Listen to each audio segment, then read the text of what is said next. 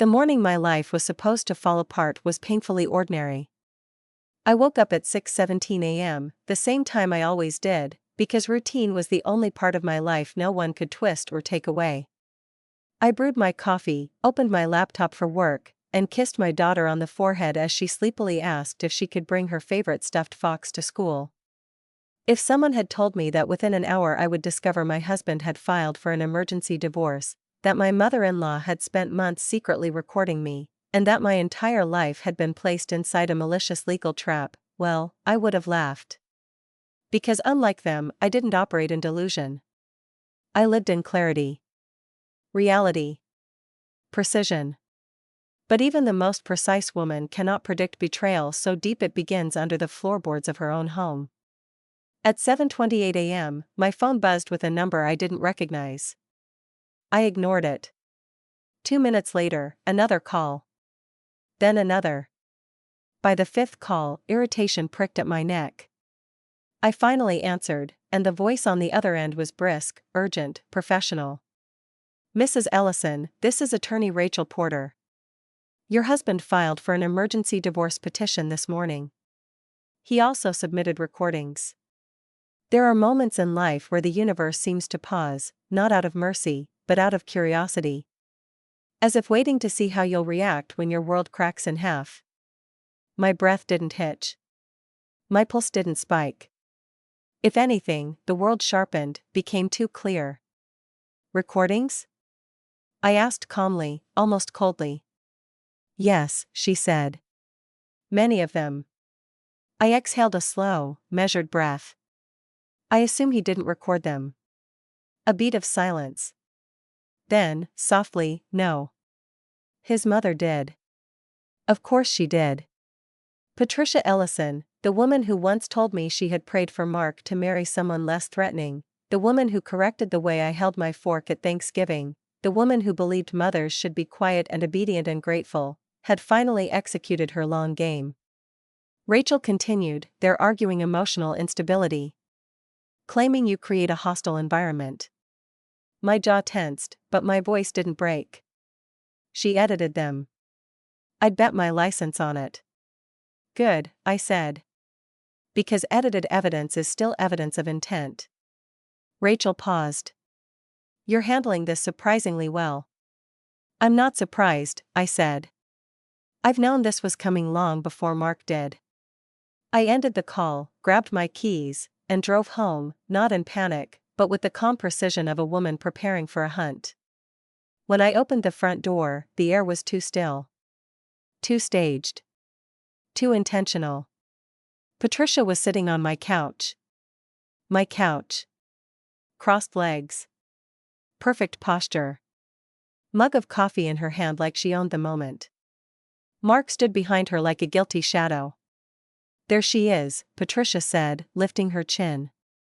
"We need to talk." "No," I said, setting my purse down deliberately. "You need to confess." "I'm here to watch."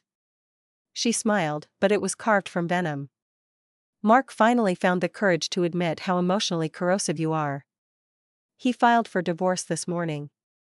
And we are requesting immediate custody of my granddaughter." "My daughter," I corrected.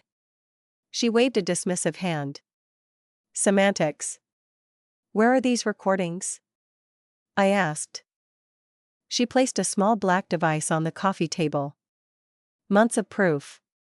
Everything you've ever said in anger. Every threat. Every moment you couldn't control yourself." I laughed softly. "You think edited audio will win you custody?" Patricia flicked her wrist. "It's more than enough to get you removed from the house today. The petition is already filed. You should start packing." I stepped closer, lowering my voice. "And how did you get these recordings, Patricia?" "Oh, don't be dramatic.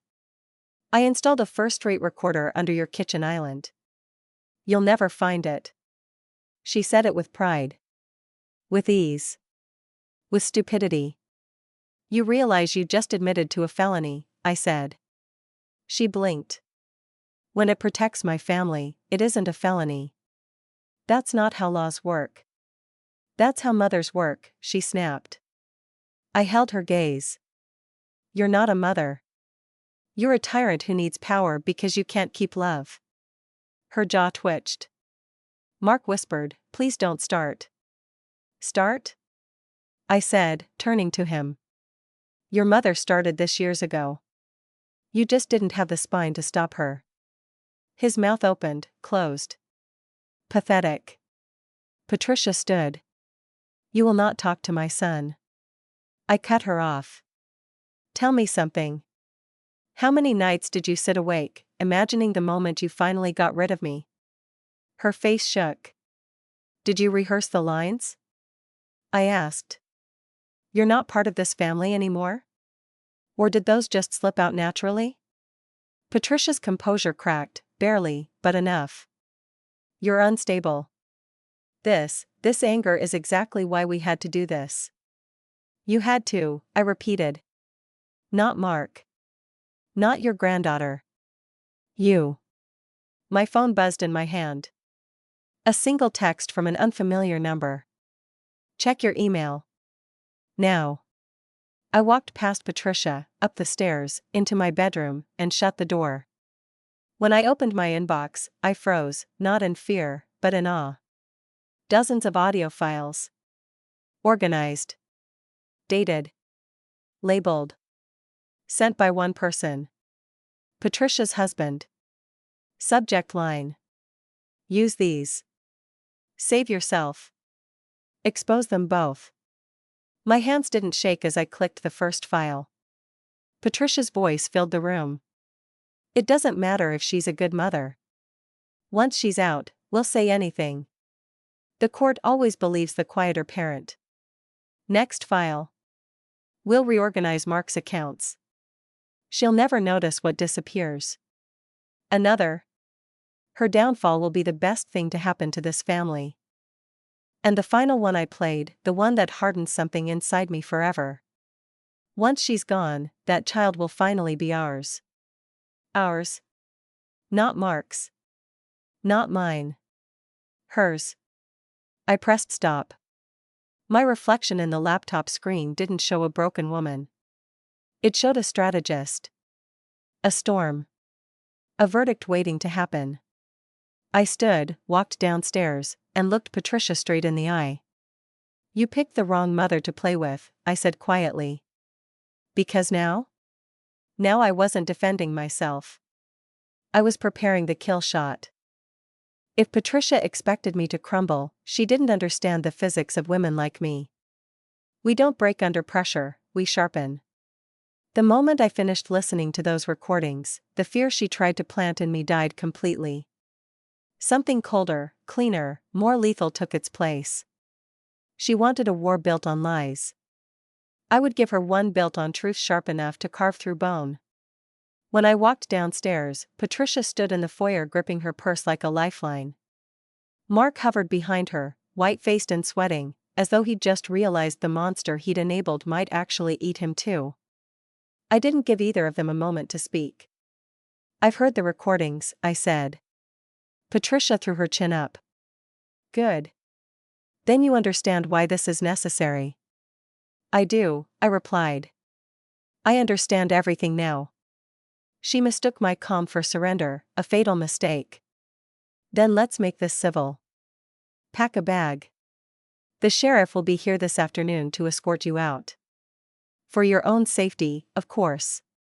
Mark winced. I didn't. You really think an edited collection of illegal audio clips will get me removed from my own home? I asked softly. Patricia's nostrils flared. The judge will understand. Oh, he will, I said. Especially when he hears the originals. It was like watching a chandelier fall in slow motion, the way her eyes widened, her posture faltered, her breath caught. What originals? She whispered. The ones your husband recorded, I said. The ones he emailed me. The color drained from her face so fast it was almost comedic. That's impossible, she said. He wouldn't betray me. He didn't, I corrected. He protected himself. From you. Mark took a shaky step. Mom, what did you say to him? She spun toward him, furious. Nothing. He's confused. He's old. He's tired, I said. Tired of watching you orchestrate cruelty like it's a family tradition. Her lower lip trembled, and for the first time in maybe her entire adult life, Patricia Ellison was speechless. I turned to Mark. You knew something was wrong. You knew she was planning something. You didn't stop her. I didn't think she'd. You never think, I said. You let her run every part of your life. But she made one mistake. She assumed I'd stay quiet. Patricia snapped out of her shock. If you submit those recordings, you'll destroy this family. I stepped closer. You already destroyed it. I'm just filing the paperwork. She lunged, voice shaking. You ungrateful. Don't, I warned, raising a hand. Your rage makes for excellent audio, Patricia. And I have more than enough of it. She stumbled back. I didn't wait for another word. I picked up my phone and dialed Rachel. She answered on the first ring. Tell me everything, she demanded. I have proof of illegal surveillance, custody manipulation plans, and financial exploitation. All in her own voice. Rachel inhaled sharply. Oh, sweetheart. This isn't a divorce case. This is an execution. Good, I said. Start filing. We'll file a counter-protective order within the hour. I'll subpoena both of them for testimony. And I'm requesting immediate forensic analysis of your home. Her voice darkened. Women like her don't plant just one device. Do it, I said. Behind me, Patricia whispered, you wouldn't dare. I turned toward her. Try me. Rachel continued, we'll also freeze any marital accounts temporarily. If she moved Mark's finances around, we'll find it. Yes, I replied. Do everything. And you? She asked. You ready? I looked Patricia dead in the eye. I was born ready. We hung up. Patricia's mouth opened. Closed. Opened again. You don't understand. Your daughter needs stability. My daughter needs protection, I said. From you. Her eyes widened. You wouldn't keep her from me. You tried to take her from me first, I said. Remember that. I walked past her toward the living room, because I had something more important to do, prepare for what came next. Mark followed me, voice cracking. Stop. Please. This is getting out of hand. No, Mark, I said. This is accountability. Something you've never experienced because your mother shielded you from consequences your entire life. He flinched. I made a mistake. You made several, I said. And now you're going to sit in the mess you made. He reached for my arm. I pulled away before his fingers touched me. Don't ever put your hands on me again, I said. He staggered backward like I'd slapped him. Patricia stepped between us. She's turning you against your own mother. I laughed. He was never with you. He was afraid of you. Patricia's eyes filled with tears, not of sadness, but of fury. I did everything for this family, she whispered. No, I said. You did everything to control it. The doorbell rang. All three of us froze. Patricia gasped. It's the sheriff, he's here to remove you. But when I opened the door, a woman in a navy suit stood there. Mrs. Ellison? I'm Detective Monroe. We received a report of illegal surveillance devices and are here to investigate. Patricia let out a strangled sound. The detective stepped inside. Which area of the house do you want us to begin with? I pointed straight at the kitchen island. The first device is there. Patricia lunged forward. No. You can't, this is. Detective Monroe held up a hand. Ma'am, interfere again and I'll have you removed from the premises. Patricia froze. The detective's team quickly got to work. It took them 13 minutes to find the device Patricia claimed I would never find. They found 2 more after that. One near the stairs. One in my daughter's playroom. Patricia collapsed into a chair, shaking violently. Detective Monroe lifted a small plastic bag. These are felonies. Multiple counts.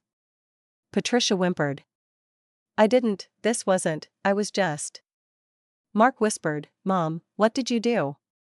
She didn't answer. She couldn't. Detective Monroe turned to me. We'll file the report immediately. These will be submitted to your attorney. Thank you, I said.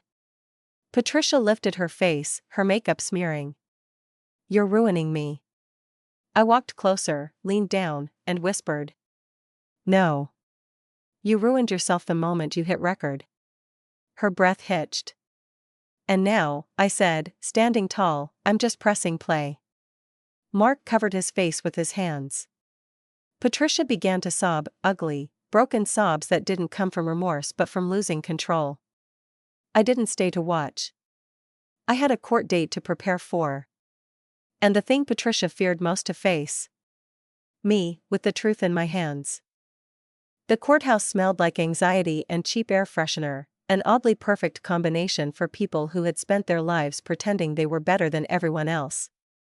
As I walked through the double doors, the tension in the air felt almost tangible, like static clinging to my skin. Mark and Patricia waited near the far wall, both dressed in clothes meant to make them look respectable, stable, sympathetic. It didn't work. Mark looked like a man on the edge of a nervous collapse, and Patricia looked like someone who'd just discovered the aftertaste of her own poison. Her hands trembled slightly despite the white-knuckled grip on her purse.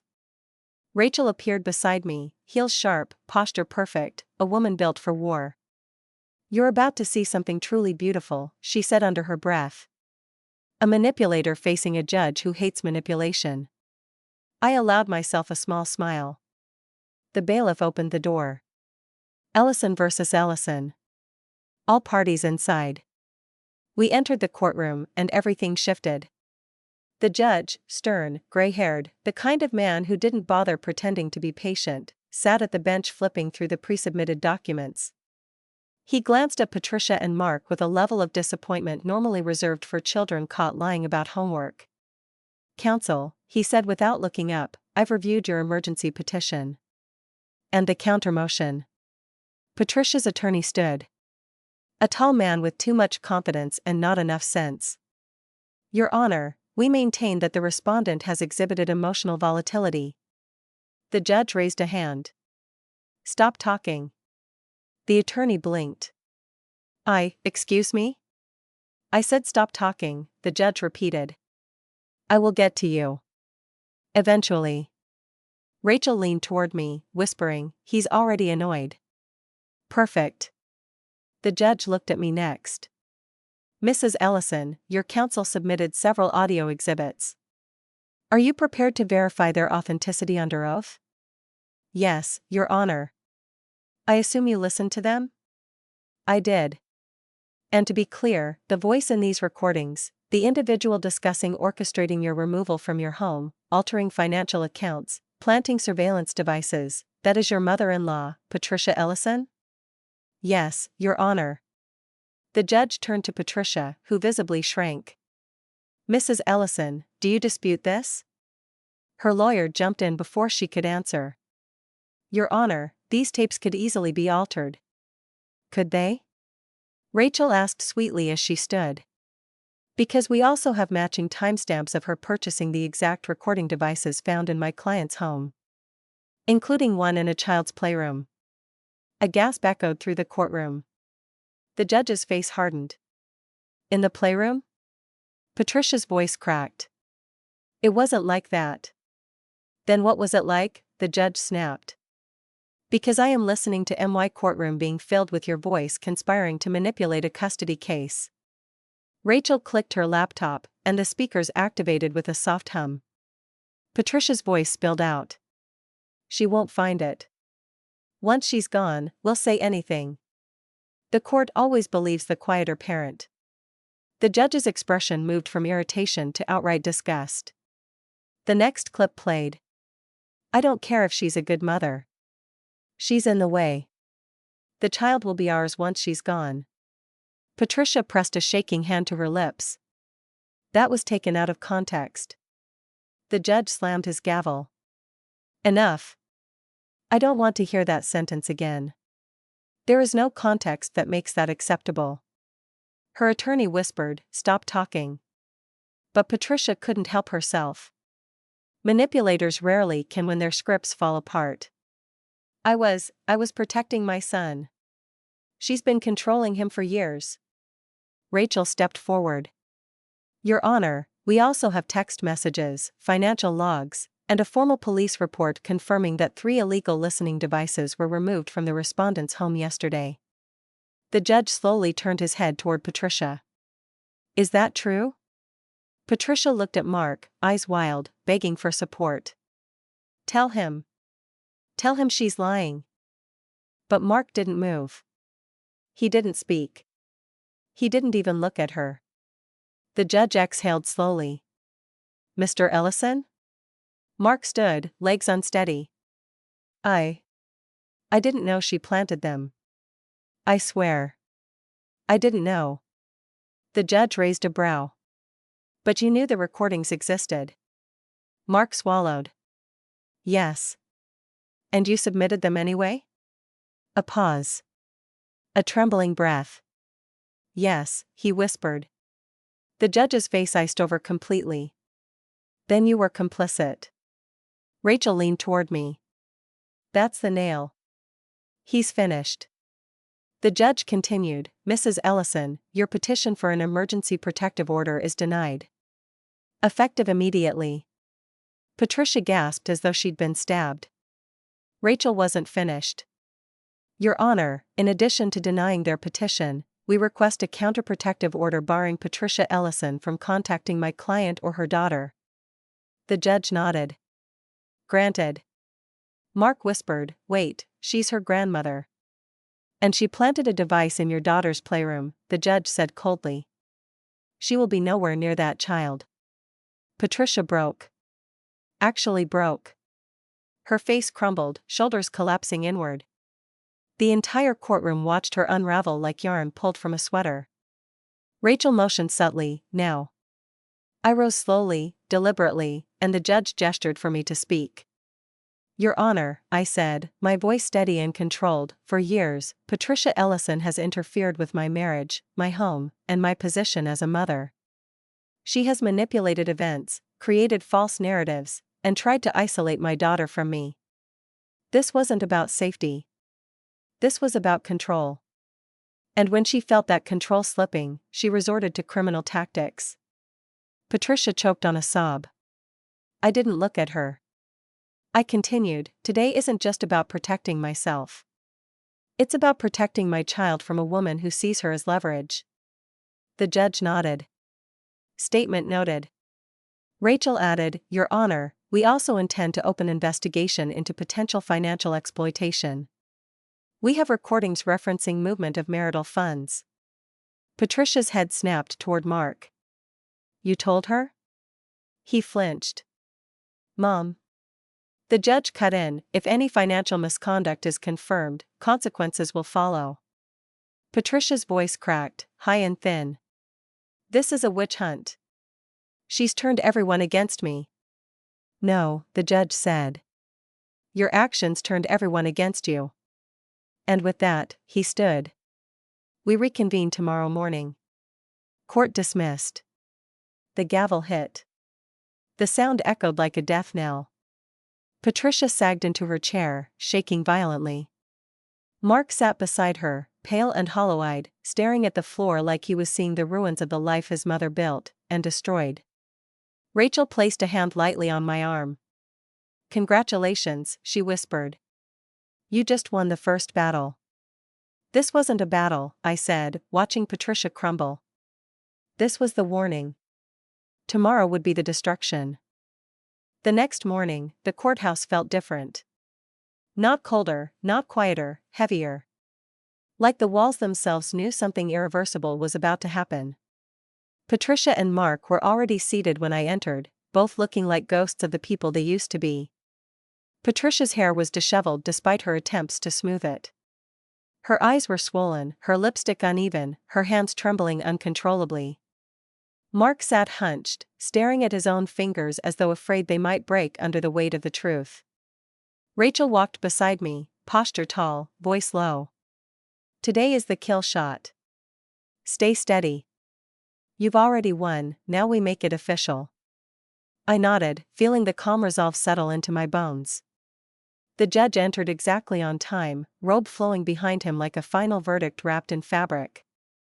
He looked at all of us with the kind of expression that said he had absolutely no tolerance left for theatrics or lies. "Let's get to it," he said, taking his seat. "We will begin with the continuation of evidence regarding the illegal surveillance and attempted custody interference." Patricia's attorney stood, looking significantly less arrogant than the day before. "Your Honor, my client wishes to clarify." The judge raised a hand. "Sit." He sat. The judge turned to Rachel. "Counsel, proceed." Rachel clicked her laptop, and the courtroom speakers filled again with Patricia's voice, shaky, venomous, unfiltered. "When she's gone, the child will finally be ours. She parents wrong. She loves wrong. She is wrong." A hush fell over the room. Not shock anymore, disgust. The judge leaned forward. "Is this your voice, Mrs. Ellison?" Patricia shook her head violently. "No, I mean, yes, but it was taken." Rachel hit play again. "If we can get her out of the house fast enough, the court will believe anything we say." Patricia whimpered. "Please. I didn't mean." The judge slammed the gavel. "Enough. I've heard sufficient evidence to determine intent." I watched her crumble, her spine seeming to melt into the chair, her arrogance dissolving into a puddle at her feet. She looked at Mark as though begging him to save her, but Mark couldn't even meet her eyes. Rachel stood. "Your Honor, in addition to the recordings, we have the forensic report from Detective Monroe confirming the placement of 3 illegal devices, including one in a minor child's playroom." The judge's jaw tightened. "That alone is enough to justify a full restraining order." Patricia whispered, please don't do this." Her voice wasn't manipulative now. It was terrified. Raw. Real. But justice doesn't bend for tears. The judge continued, "Furthermore, this court finds sufficient evidence that the initial protective order petition you filed was done in bad faith, with malicious intent, and with the goal of weaponizing the court system to remove a competent mother from her home." Patricia burst into tears, loud, choking sobs. "I was just trying to protect my son." The judge turned to Mark. "Is that true, Mr. Ellison?" Mark swallowed hard. I don't know anymore." "You submitted illegally recorded evidence to this court," the judge said. "Do you take responsibility for that?" Mark's voice was barely audible. "I thought she just overheard things. I didn't know." Rachel cut in sharply, "Ignorance is not a defense." The judge nodded. "Correct. Mr. Ellison, your complicity is duly noted. You will be required to attend parental integrity classes before any shared custody discussions can proceed." Mark closed his eyes, defeated. Patricia sobbed harder. "Please, this is my family." "This is the family you damaged," the judge said sternly. "Not her." Then he turned his gaze to me. "Mrs. Ellison, you may speak." I rose. The courtroom fell completely silent. "For years," I said, my voice unwavering, "this woman treated me as an enemy. Not because I was dangerous, not because I was unfit, but because I didn't bow. Because I didn't worship her. Because I chose to parent my child with autonomy and love rather than obedience and fear. She tried to break my marriage. My home. My relationship with my daughter. And when emotional manipulation failed, she turned to surveillance, lies, and legal sabotage." Patricia shook her head wildly. No. I continued, "This wasn't about protecting anyone. Not Mark. Not my daughter. This was about power. And when power wasn't enough, she chose violence of a different kind, psychological violence. The judge nodded, face hard. I sat. He raised the gavel. Here is the court's ruling. The room held its breath. Custody interference, illegal surveillance, and malicious legal filings have all been clearly demonstrated. Patricia whimpered. A full restraining order is granted against Patricia Ellison, effective immediately. She is barred from contacting Mrs. Ellison or her daughter in any capacity. Patricia's head dropped into her hands. A choking sob tore from her chest. The judge continued, furthermore, due to the severity of the actions taken, this court may consider criminal charges, pending further investigation. Gasps filled the room. Patricia whispered, criminal charges? Her attorney placed a hand on her shoulder. She jerked away. The judge turned next to Mark. Based on your complicity, you will have restricted visitation until a full evaluation is completed. Mark's entire body slumped. It was the first time I had ever seen him truly break. And as for Mrs. Ellison, the judge said, turning to me, this court finds her a fit, stable, and protective mother. Full temporary custody is granted to her until further notice. I held my breath. Not because I was surprised, because justice still felt unreal after all the lies. The gavel slammed. Court is adjourned. The world moved in slow motion. Patricia collapsed forward, sobbing into her hands. Mark stared blankly at the wall like everything he built, no, everything she built, was crumbling. Rachel touched my arm lightly. You won. No, I said quietly. I survived. Winning comes next. As we exited the courtroom, Patricia scrambled to her feet. Please, please don't take my family away. I turned to her, looked directly into her hollow, frantic eyes. You tried to take my child, I said. You tried to take my life. I'm not taking anything from you.